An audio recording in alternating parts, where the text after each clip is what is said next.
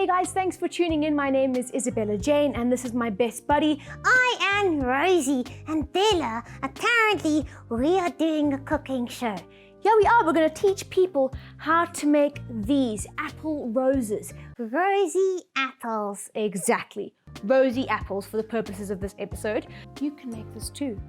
Well, I can't, because I don't really have thumbs or anything. Yes, which is why I'm doing it for us. So, guys, all you really need is some puff pastry, some butter, melted butter, half and half cinnamon and brown sugar, apples sliced very thinly, and to get them nice and soggy to mold them, we want to put them in some water and some lemon juice and microwave that for about 4 minutes. Soggy apples, that sounds awful. It does, but it's going to taste amazing because it's a process, Rosie. That's what cooking is like. Sometimes some steps are a little bit dodgy, but it comes out very nicely. So we're going to start off with our melted butter. Not really sure why we use melted butter, but I highly recommend it. I think it makes it taste very, very nice. I'm going to use a fair amount. And then after this, Rosie, I'm going to put you down for a second. Okay, why? Because I am very bad with my left hand. And we're going to use our cinnamon and sugar. It's basically brown sugar and cinnamon just mixed together. And we're going to take some and we're just going to sprinkle. You can use as little or as much as you want. The more you put, the more crystallized it will be. Caramelized. As you can see, I'm not a chef. We're going to caramelize it more, so here is some cinnamon and sugar on that. And I'm going to leave Rosie there for a second because we're going to take our apples and we're going to start at the top and make sure that they're sticking out quite nicely to create a very, very nice rose effect like we've got in our example over here. And the more you put, the nicer the rose. It's not really for the taste or anything, it's just for the look.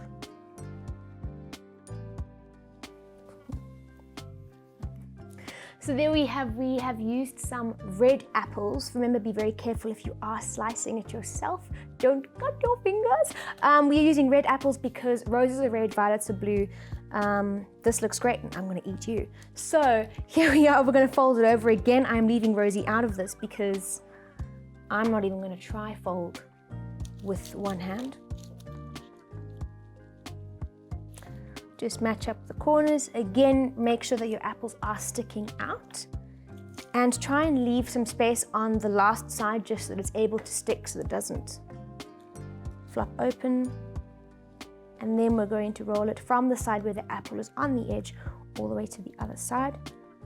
And just try and keep your apples all in, like keeping your ducks in a row, keep your apples in a row. So. There you have it. Then we're going to pop it in here. Now with your finished product, we're going to put it inside our little baking tray. And remember to use either some form of baking paper so it doesn't stick to the pan. What did I miss? A lot. What? Did you make that? I made this. See, that means anyone can do it. Just like in the Disney film Ratatouille, anyone can cook. So there you have it, guys. Now we're just going to pop it in the oven. Just preheat your oven to about 180 degrees and we'll pop it in for about 15 minutes or until it looks golden and like rosy red apple pie things. Enjoy. Well, it looks nice, Bella. All done.